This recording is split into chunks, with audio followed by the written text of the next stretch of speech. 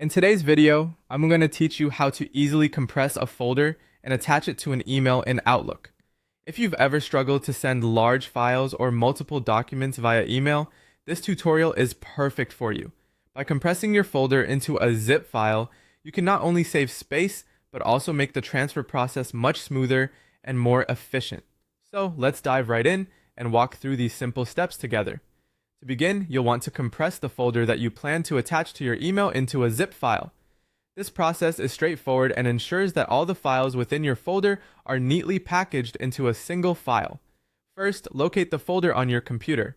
Once you've found it, right-click on the folder name. A menu will appear, and what you want to look for is an option that says Send to or something similar. Hover over this option, and in the submenu that shows up, you should see Compressed Zipped Folder. Click on that, and within a few moments, you should see a new zip file appear in the same location as your original folder.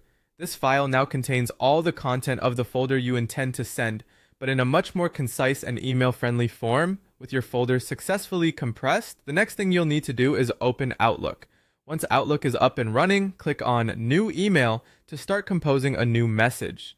Here, you'll be able to write your emails as you normally would, entering the recipient's address, subject line, and any body text you wish to include.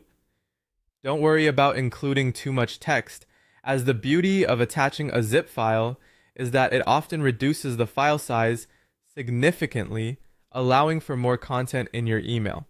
Now it's time to attach your zip file to the email. In the email composition window, look for the attachment option, which is usually represented by a paperclip icon.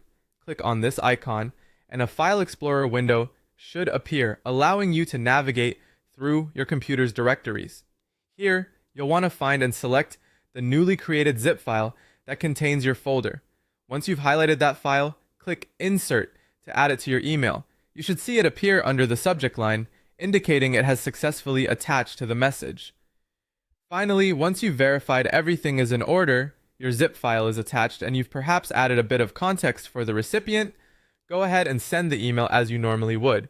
Click the Send button, and your email, complete with the attached zip file, will be on its way. Remember, using zip files isn't just about managing size. They can also protect sensitive data, as many zip utilities offer encryption features.